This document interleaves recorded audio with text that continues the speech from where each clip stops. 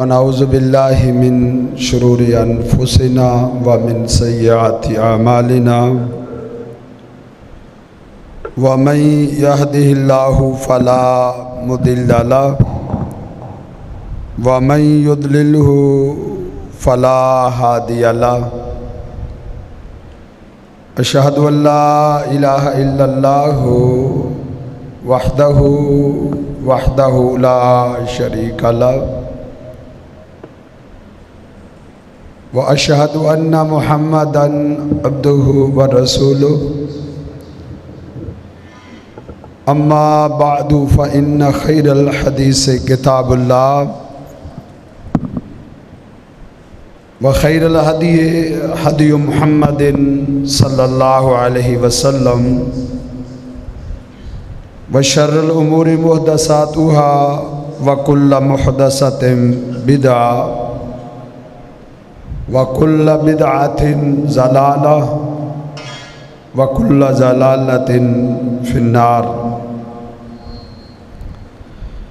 إِنَّ اللَّهَ وَمَلَائِكَتَهُ يُصَلُّونَ عَلَى النَّبِيِّ يَا أَيُّهَا الَّذِينَ آمَنُوا صَلُّوا عَلَيْهِ وَسَلِّمُوا تَسْلِيمًا اللهم صل على محمد وعلى آلہ واصحابہ وسلم۔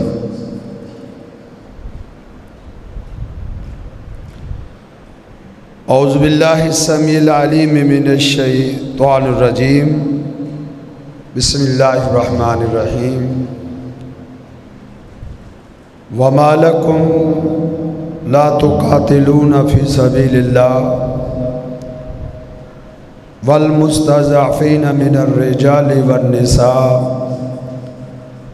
والولدان الذین یقولون ربنا اخرجنا من هذه القرية الظالم اهلها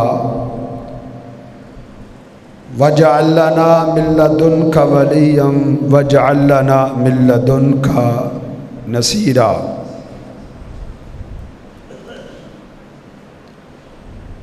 قال النبی صلی اللہ علیہ وسلم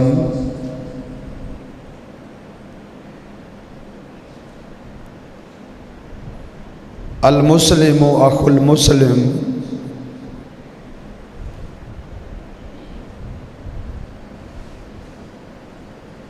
لا یظلمہ ولا یخذل۔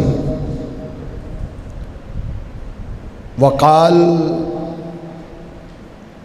المؤمن اخو المؤمن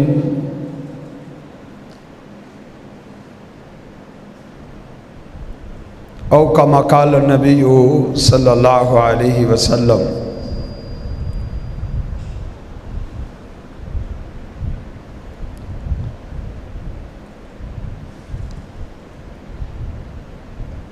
اسلام نے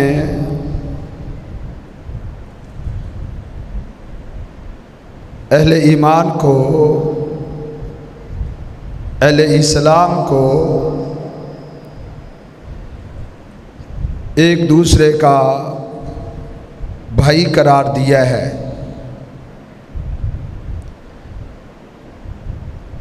جیسے اللہ رب العزت کا ارشاد گرامی ہے انما المؤمنون اخوہ، تمام مومن بھائی بھائی ہیں۔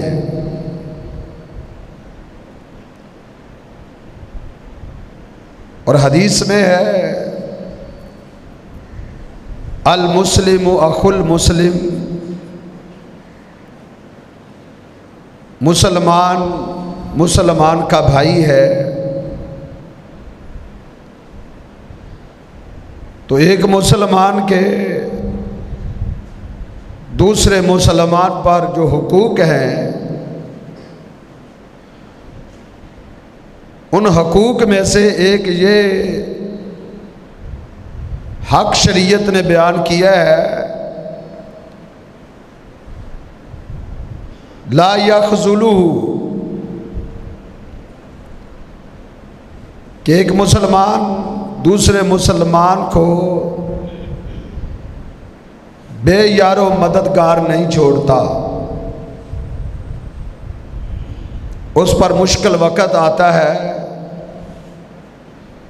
اگر کسی مسلمان پر مسائل آتے ہیں، مشکلات آتی ہیں، پریشانیاں آتی ہیں، تنگیاں آتی ہیں، دوسرے مسلمان اسے بے یار و مددگار نہیں چھوڑتے۔ لا یخذلوا، اسے تنہا نہیں چھوڑتے،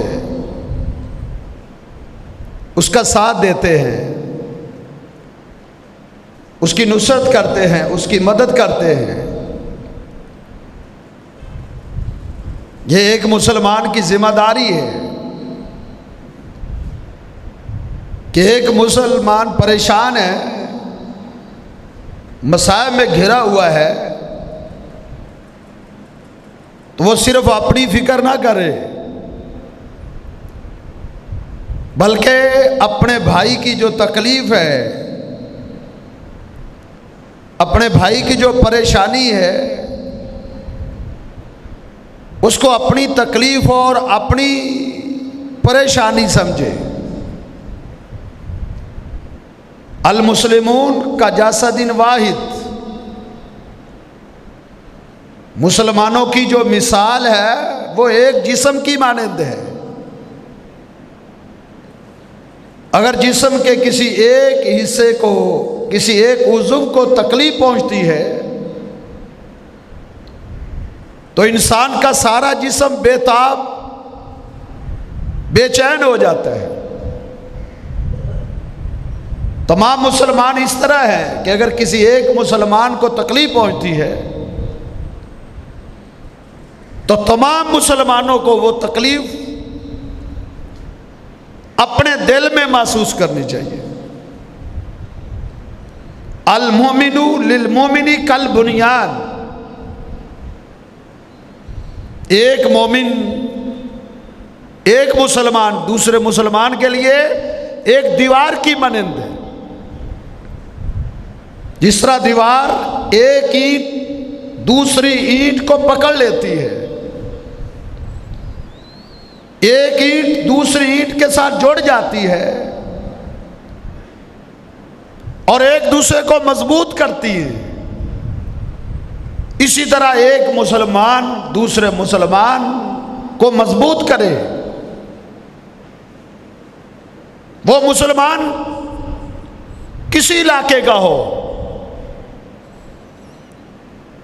نہ کسی زمانے کی قید ہے، نہ کسی جگہ کی قید ہے، کسی بھی ملک، کسی شہر، کسی بستی کا رہنے والا ہو، مسلمانوں کی ذمہ داری ہے کہ اگر اس پر کوئی مصیبت ہے، کوئی تکلیف ہے تو اس کی نصرت اور اس کی مدد کریں۔ لیکن آج المیہ ہے، 55 سے زائد ملک ہیں مسلمانوں کے، کوئی ایک ملک نہیں، 55 سے زائد ملک ہیں۔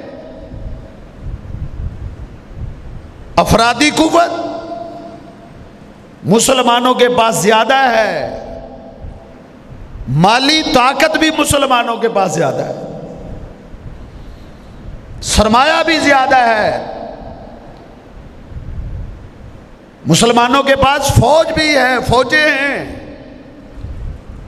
ٹیکنالوجی مسلمانوں کے پاس موجود ہے،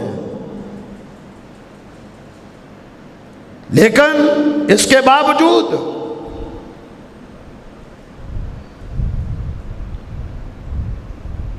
اسی لاکھ یہودیوں نے مسلمانوں کا جینا حرام کر دیا ہوا ہے۔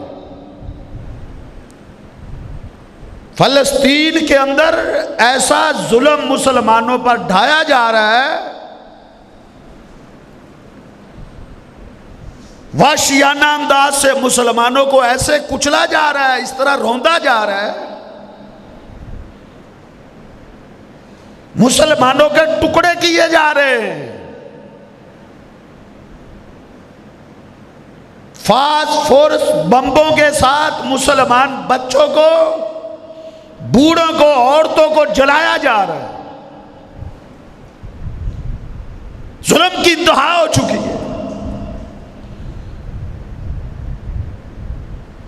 فلسطین میں مسلمانوں کی غذا، ان کا پانی، ان کی بجلی، ان کا تیل، ان کی ضروریات زندگی وہ بند کر دی گئی تاکہ کوئی مسلمان بچوں کو خوراک نہ پہنچا سکے. سوشل میڈیا کی دنیا ہے، کسی بندے سے یہ بات مخفی نہیں ہے.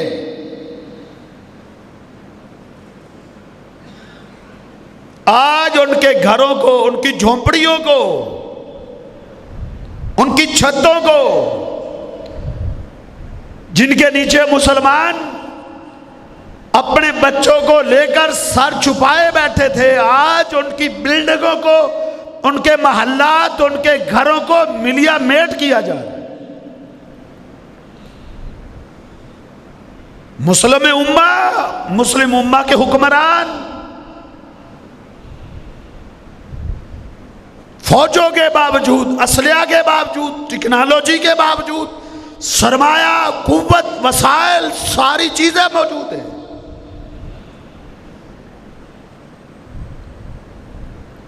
لیکن سکون کی نیند سوئے ہوئے. خالی مذمت کے چند لفظ، بس ہم مذمت کرتے ہیں. اسرائیل کی جارحیت پر ہم مذمت کرتے ہیں. ان چند جملوں پہ آج مسلمانوں نے اکتفا کر دی ہے. کیا اسلام نے یہ تقاضا کی ہے؟ نہیں میرے بھائیوں. آج فلسطین کے بچوں کی باتیں، فلسطین کے بوڑھوں کی باتیں آج سنی نہیں جا رہی. سوشل میڈیا پہ بھی دیکھنے کی جرت اور ہمت پیدا نہیں ہوتی ہے. جس طریقے سے وہ بچے چیخ چیخ کر، بلک بلک کر وہ مسلمانوں سے مدد مانگ رہے ہیں کہ وہ مسلم امہ، یا امت محمد، اے محمد کی امت، کہاں سوئے ہو، سو گئے ہو.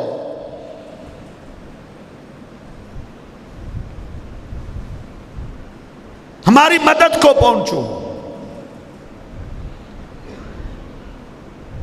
آج انہیں ختم کیا جا رہا ہے. وہ عزم کر چکا ہے،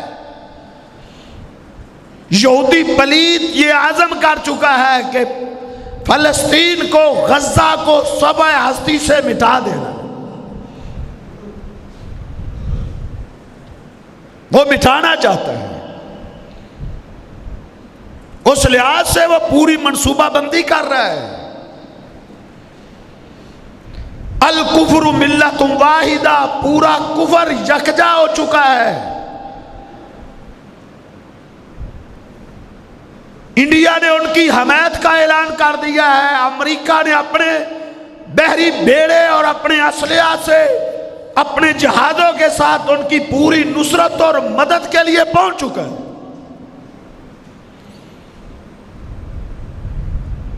وہ ایک ہے آپس میں، کافر آپس میں ایک ہے.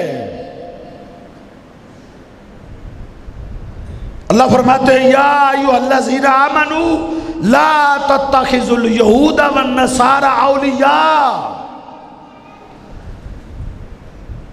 اور ایمان والو، یہودیوں عیسائیوں کو اپنا نہ سمجھا کرو. کوئی بھی اپنا نہیں ہے. مسلمانوں کے حق میں کوئی بھی نہیں ہے. ان کو دوست نہ بناؤ. بعضهم اولیاء بعض، وہ آپس میں ایک دوسرے کے دوست ہیں، وہ آپس میں ایک ہیں. لیکن مسلم امہ مسلمان حکمران جنہیں آج غزہ کے مسلمان، آج فلسطین کے مسلمان پکار پکار کر کہہ رہے ہیں، آواز دے رہے ہیں، بالخصوص ملک پاکستان کو آواز دے رہے ہیں. ان کی نظریں لگی ہوئی تھی کہ یہ ایٹمی طاقت ہے، یہ ہماری نصرت اور ہماری مدد کو پہنچے گا، لیکن چند مذمتی الفاظ سے بڑھ کر آگے نہیں ہم جا سکتے. اسلام کیا کہتا ہے کہ جب تمہارے بھائی تم سے نصرت مانگے، ان استنصروکم فی الدین فعلیکم النصر، اے مسلمانوں، کائنات کے کسی کونے میں، کائنات کے کسی ملک، کسی شہر، کسی بستی اور کسی علاقے میں کوئی مسلمان تمہیں نصرت اور مدد کے لیے پکارے، فعلیکم النصر، تم پر ان کی نصرت اور مدد کرنا فرض ہے.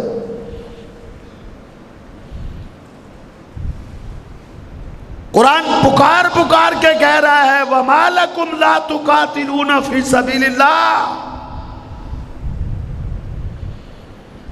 اور مسلم امہ کے حکمرانوں، تم کیوں نہیں نکلتے؟ مَا لَكُمْ لَا تُقَاتِلُونَ فِي سَبِيلِ اللَّهِ.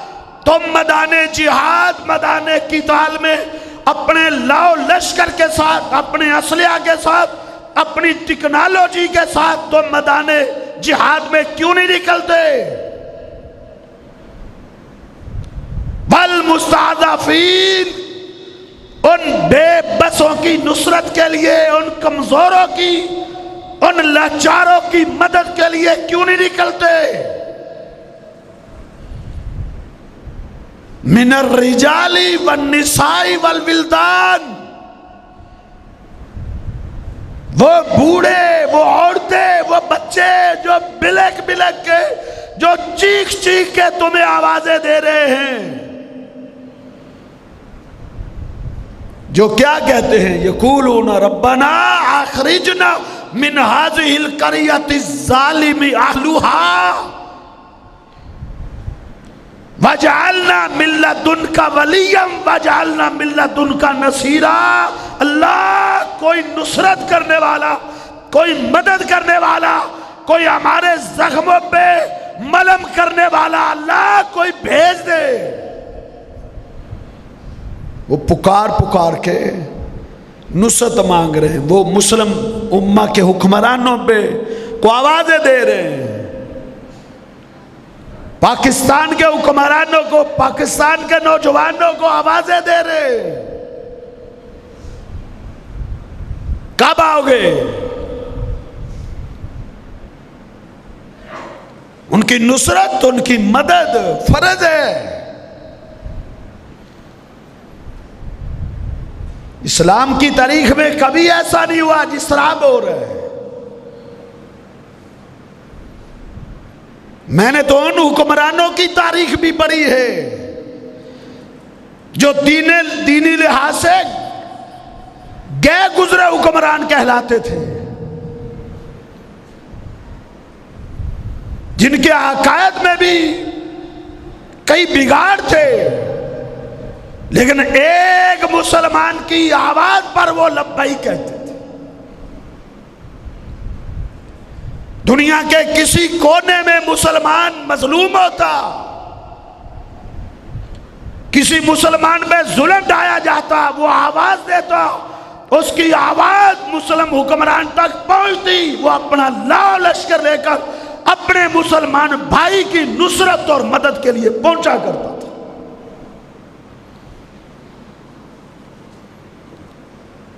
اس وقت مسلمانوں کے پاس عروج تھا، مسلمان اس وقت عزت کی زندگی بسر کرتے تھے. اس وقت مسلمانوں کا رعب تھا، دبدبا تھا، اس وقت مسلمانوں کی ہیبت تھی.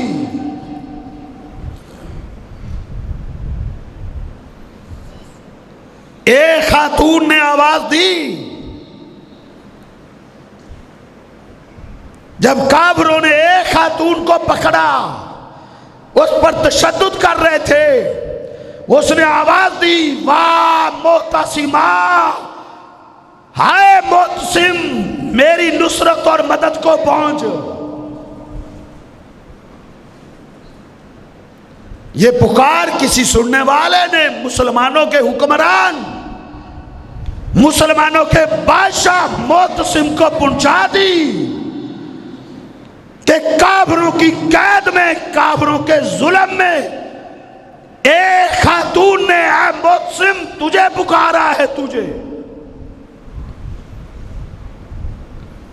تاریخ کی برگردانی کر کے دیکھو، اٹھا کے دیکھو تاریخ کو۔ معتصم نے اس ظالم بادشاہ کو خط لکھا، اس نے کہا اے کتے، قلب کے الفاظ ہیں، یا قلب اے کتے ٹھہر، ٹھہر، میں تیرے تک پہنچتا ہوں۔ میں جب وہ خاتون واہ معتصمہ کہہ رہی تھی نا، ظالم اس پر ظلم ڈالتے ہوئے کہہ رہے تھے بلا اپنے معتصم کو، وہ چت قبر گھوڑوں پر سوار ہو کے آئے۔ یہ ساری خبر اس تک پہنچی۔ معتصم نے لشکر کشی کی، سب سے آگے 300 چت قبر گھوڑوں پر اس نے مجاہدین کو سوار کیا، وہ دستہ آگے تھا، باقی فوجیں پیچھے تھی۔ کہا چت قبر گھوڑوں پر سوار ہو کے ہم ان کی خبر لیں گے۔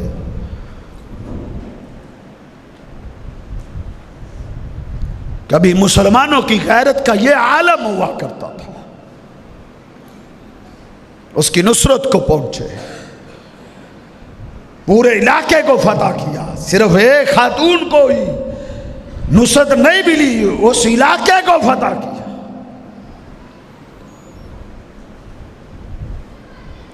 اللہ کی قسم آج میڈیا پر دیکھا نہیں جاتا، آج چھوٹے چھوٹے بچوں کی جو حالت ہے، کسی کا بازو کٹا ہوا ہے، کسی کی ٹانگ کٹی ہوئی ہے۔ مائیں اپنے بچوں کی، ان کی کٹی ہوئی ٹانگیں، ان کے کٹے ہوئے بازو، مائیں انہیں اٹھا کے ہسپتالوں میں لا رہی ہیں، باپ اپنے کٹے ہوئے بیٹے کے کٹے ہوئے سر کو اٹھا کے لا رہے ہیں۔ ہسپتال بھر چکے ہیں زخمیوں سے، ہسپتالوں میں جگہ نہیں رہی۔ اس قدر ظلم، مسلمان طاقتوں اور قوتوں کے باوجود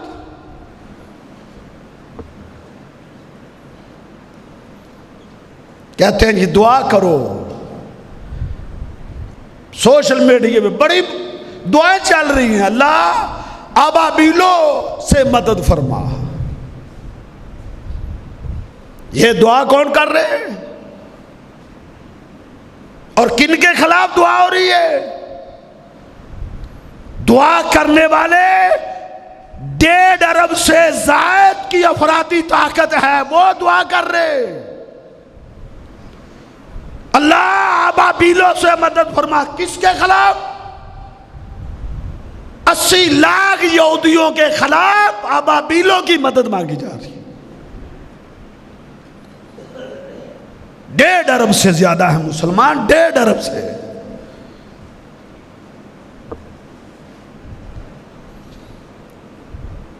ابابیل اترے گے، اگر اترے بھی نا،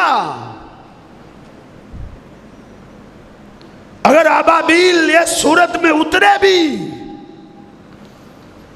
تو مجھے نہیں لگتا وہ یہودیوں پر کنکریاں برسائے، وہ 1.5 ارب مسلمانوں پہ کنکریاں برسائیں گے۔ تم نے جہاد کو چھوڑا، تم نے قتال کو چھوڑا، تم نے میدان جہاد میں اترنا چھوڑا، تم نے دشمنوں کی گردنیں کاٹنی چھوڑی، تم نے دشمنوں کے جوڑ کاٹنے چھوڑے، ذلت مسلط ہو گئی۔ ابابیل یہودیوں کو مارنے کے لیے نہیں لگتے آئیں گے. اللہ ہمیں بچائے، لگتا ہے ہمارا بندوبست ہوگا. نہیں سمجھ آئی، اللہ کے پیغمبر کے فرمان کو اٹھا کے دیکھو.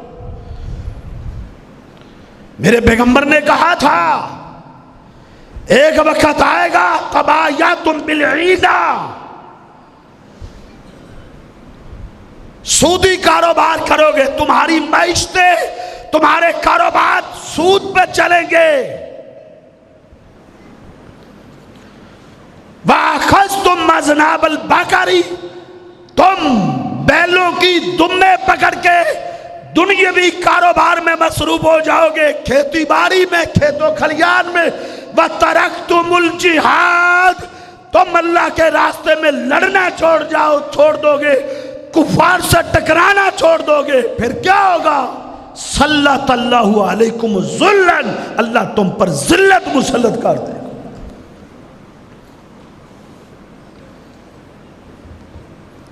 جب غیبی مدد مانگیں گے نا میدانوں میں اترنے کے بغیر، جب غیبی مدد مانگیں گے تو پھر کیا ہوگا؟ ایسے غیبی مدد نہیں اترا کرتی، ایسے غیبی مدد اترتی تو خلافت عثمانیہ کا جب خاتمہ کیا جا رہا تھا غیبی مدد اس وقت اترتی. اگر اس طرح غیبی مدد اترتی، یہ یہودی جب اسرائیل قائم کر رہا تھا، فلسطین کا رہنے والا تو نہیں تھا، یہ تو خلافت عثمانیہ کے ختم ہونے کے بعد یہ یہود ہجرتیں کر کے دنیا کے مختلف کونوں سے ہجرتیں کر کے یہ فلسطین میں آئے تھے. اور برطانیہ نے ان کو آباد کیا، وہاں ان کا مرکز قائم کیا. 10% بھی یہ نہیں تھے. بڑھتے گئے، مسلمان کمزور ہوتے گئے، یہ بڑھتے گئے، یہ ظلم ڈھاتے گئے، مسلمانوں کو ختم کرتے گئے. غیبی مدد آتی تو ملک شام کو جب بمبوں سے اڑایا جا رہا تھا غیبی مدد ادھر آتی. ایسے غیبی مدد آتی تو عراق میں اترتی، ایسے غیبی مدد اترتی تو تو کشمیر میں آتی. میں تمہیں بتاؤں غیبی مدد کب اترا کرتی ہے، تاریخ اٹھا کے دیکھو غیبی مدد کب آئی تھی. غیبی مدد اس وقت آئی تھی جب 79 مسلمان 313 تھے، کفار اسلحہ سے لیس تھے، ہزاروں کی تعداد میں بدر کے میدان میں کھڑے تھے، مسلمان نکل آئے تھے. انفروا خفافا، نکلو اللہ کے راستے میں، بوجھل ہو، کمزور ہو، بے بس ہو، میدان میں آ جاؤ. اللہ کے راستے میں جہاد کرو. 313 میدانوں میں اترے. اس وقت غیبی مدد آئی تھی. کسی کے پاس تلوار تھی تو بچانے کے لیے ڈھال نہیں تھی. 313 تھے. آواز زبان میں آوازہ کیا تھا؟ ان کی زبانوں پر ترانے کیا تھے؟ ان کے گیت کیا تھے؟ نحن الذین بایعوا علی الجہاد، نحن الذین بایعوا علی محمد، ہم نے محمد صلی اللہ علیہ وسلم کے ہاتھ پر ہمیشہ جب تک زندہ رہیں گے جہاد کرنے کی بیعت کر چکے. اس وقت غیبی مدد اتری تھی. غیبی مدد کے لیے میدانوں میں اترنا پڑتا ہے. آج وسائل کے باوجود طاقتوں کے باوجود، افراد کے باوجود آج بے ایمان یہودی آج مسلمانوں کو ختم کر رہا ہے۔ اس کی کیا حیثیت تھی؟ اس کے اندر اتنی طاقت نہیں تھی۔ دنیا کے کفار اس کو کھڑا کر رہے ہیں، دنیا کے کفار اس کو مضبوط کر رہے ہیں۔ آج ہماری ذلت صرف ہم نے کھڑا ہونا چھوڑ دیا ہے، ہم نے مقابلے میں نکلنا چھوڑ دیا ہے، ورنہ اللہ رب العزت کا تو وعدہ ہے، کم من فیۃ قلیلۃ، یہ قرآن ہے، قرآن، کم من فیۃ قلیلۃ غلبت فیۃ کثیرۃ باذن اللہ۔ چھوٹی چھوٹی جماعتیں جب اللہ کے دین کے لیے نکل پڑتی ہیں، اللہ بڑی بڑی جماعتوں پر انہیں نصرت اور مدد کرتے ہوئے غالب کر دیتا ہے۔ کوئی میدان میں نکلے تو سے ایسے نہیں، ابابیلوں سے نہیں مرنے والے وہ۔ اللہ یہود کو مارنا چاہتا ہے، لیکن کیسے مارنا چاہتا ہے؟ ابابیل بھیج کے۔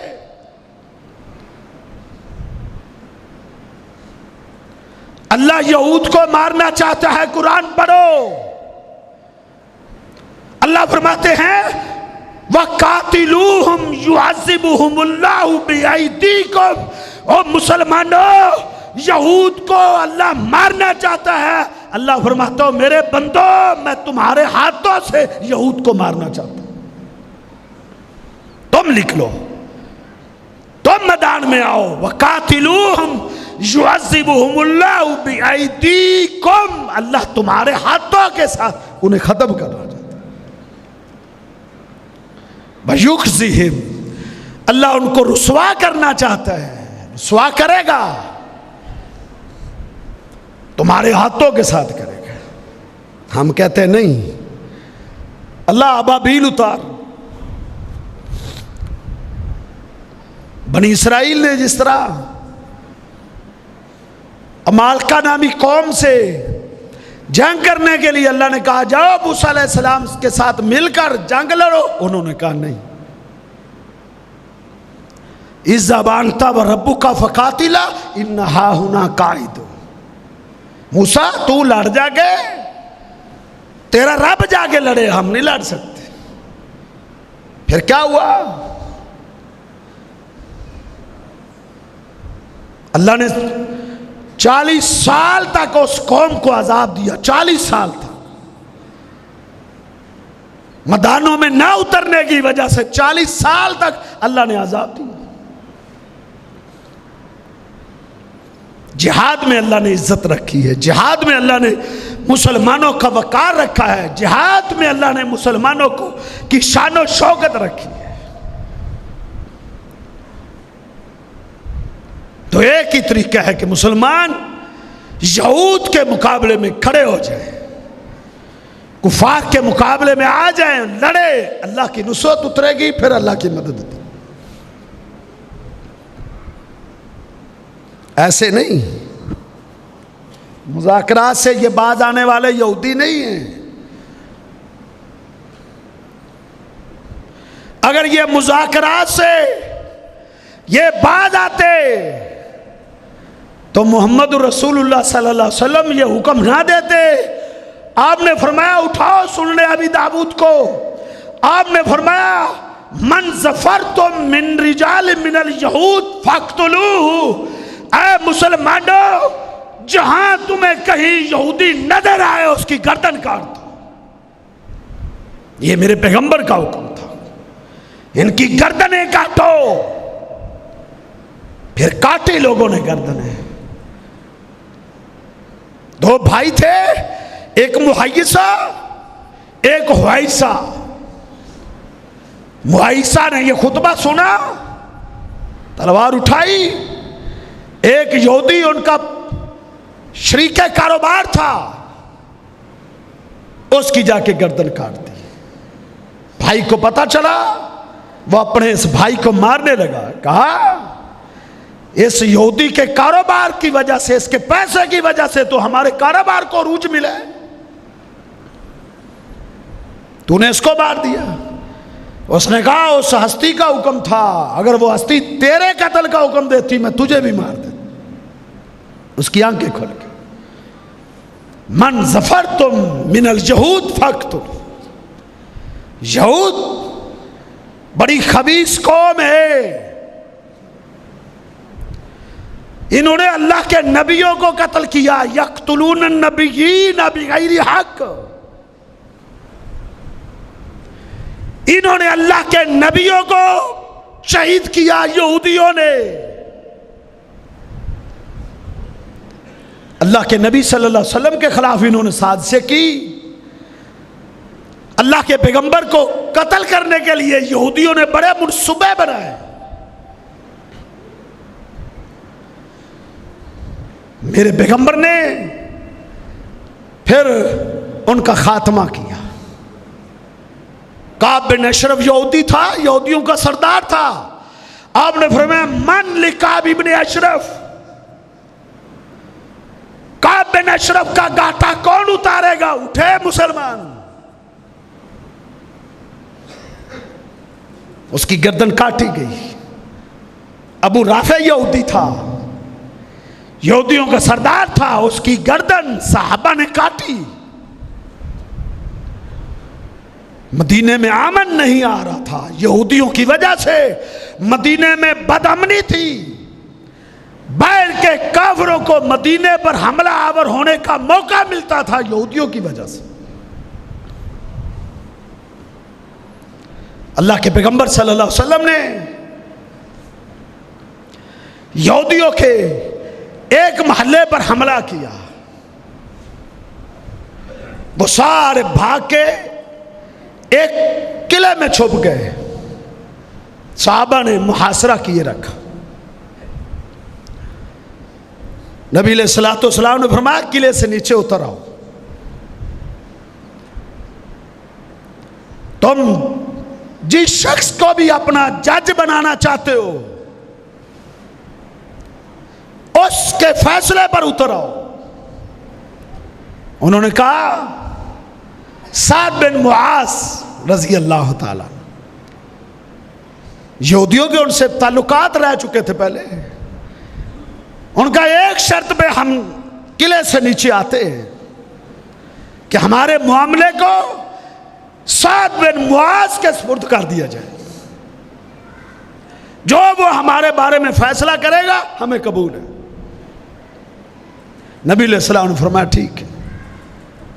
صحابہ کو حکم دیا جاؤ سعد بن معاذ کو لے کر آؤ.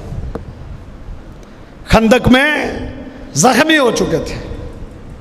مسجد نبوی میں ان کا خیمہ تھا. دعائیں کر رہے تھے یا اللہ اگر مسلمانوں کی اب کافروں کے ساتھ کوئی لڑائی نہیں ہونی میری زندگی میں تو اسی زخم میں تو پھر مجھے شہادت دے دے. دعا میں مصروف تھے. اسی زخم کی تاب نہ لاتے ہوئے شہید ہو گئے تھے. صحابہ کرام نے ایک گدھے پر بٹھا کے سعد بن معاذ کو یہودیوں کے قلعے تک پہنچایا. یہودیوں کے بارے میں سعد نے فیصلہ کرنا ہے. اللہ کے نبی صلی اللہ علیہ وسلم نے کیا فرمایا؟ یا سعد, اے سعد بن معاذ, ان ہؤلاء نزلوا علی حکمک. سعد یہ یہودی ہیں, یہودی یہ تجھ سے فیصلہ کروانا چاہتے ہیں. تو جو فیصلہ کرے گا ہمیں بھی قبول ہے ان کو بھی قبول. جو فیصلہ کرے. کیا فیصلہ کیا؟ فرمایا اللہ کے حبیب انا احکم فیہم, میرا فیصلہ ان کے اندر کیا ہے؟ ان تقتل مقاتلتہم, ان میں جتنے جوان ہیں لڑنے کے قابل ہیں سب کی گردنیں کاٹ دی جائیں, سب کی. لن ترضى عنك اليهود ولا النصارى حتى تتبع ملتهم. یہودی عیسائی تمہارے نہیں بن سکتے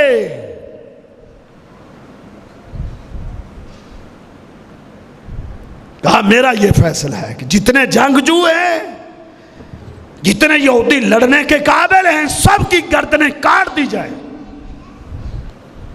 ہاں بچوں، عورتوں کو، بوڑھوں کو قتل نہ کیا جائے، ان کو قیدی بنا لیا جائے۔ اللہ کے پیغمبر صلی اللہ علیہ وسلم نے یہ سنا تو کیا کہا؟ اب نے فرمایا یا اسد جو تو نے فیصلہ کیا ہے نا، حکمت بحکم اللہ علی فوق سبع سماوات، اسد تو نے وہ فیصلہ کیا ہے جو اللہ نے 7 آسمانوں کے اوپر ان یہودیوں کے بارے میں فیصلہ کیا تھا۔ تو نے وہ فیصلہ کیا ہے جو اللہ کا فیصلہ تھا، یہ اللہ کا فیصلہ تھا، اللہ کا۔ یہودی مسلمانوں کے خیر خواہ نہیں ہو سکتے۔ کوئی سمجھائے ہمارے بدھو حکمرانوں کو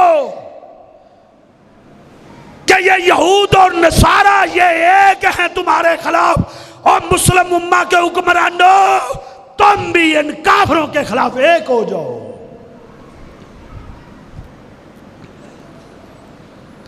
ان کے مقابلے میں اپنے مسلمان بھائیوں کی نصرت اور مدد کے لیے آ جاؤ، پھر آسمان سے فرشتے تمہاری نصرت کے لیے اتریں گے، آسمان سے۔ یہود و نصارہ یہ مسلمانوں کے خیر خواہ کبھی نہیں ہو سکتے۔ اس لیے میرے پیغمبر نے کہا تھا اخرج الیہود والنصارى من جزیرۃ العرب، اور میری امت کے لوگوں یہود و نصارہ کو جزیرہ عرب سے نکال دینا، جزیرہ عرب سے ان کو نکال دینا۔ یہ اسلام کے احکام تھے یہودیوں کے بارے میں۔ یہ مسلمانوں کے خیر خواہ نہیں ہے، ان کا ایک ہی علاج ہے، ایک ہی علاج ہے، وَاقْتُلُوهُمْ حَيْثُ ثَقِفْتُمُوهُمْ، جہاں تم ان کو پاؤ ان کی گردنیں کاٹو، ان کے جوڑ کاٹو، ان پر ضربے لگاؤ۔ تم ضربے لگاؤ گے، مسلمان جتنے مظلومین ہیں انہیں سکون ملے گا، انہیں راحت ملے گا، یہ ان کا علاج۔ لیکن آج عالمی ہے، فلسطین کے مظلوم مسلمان آوازیں دے رہے ہیں، وہ پکار رہے ہیں آؤ ہماری نصرت کو، آؤ ہماری مدد کے لیے آؤ۔ اللہ اکبر۔ اور آج مسلم حکمران وہ ڈرتے ہیں، جہاد سے ڈرتے ہیں، کیوں؟ ان کی بدماشیاں جاتی ہیں، ان کی عیاشیاں جاتی ہیں۔ اگر مظلوموں کی نصرت اور مدد نہیں کرنی تو فوجیں رکھنے کی کیا ضرورت ہے؟ پھر ٹیکنالوجی کی کیا ضرورت ہے؟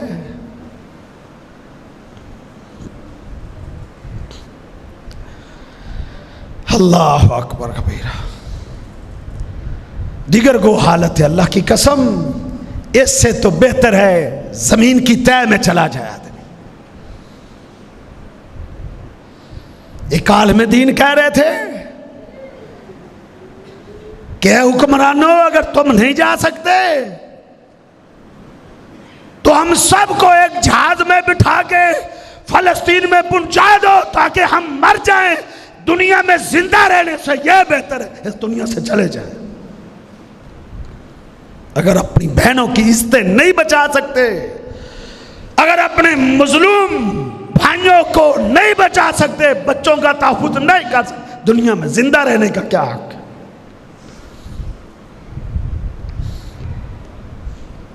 اسلام نصرت کا حکم دیتا ہے، مسلمان کا جسد الواحد، ایک جسم کی مانند ایک۔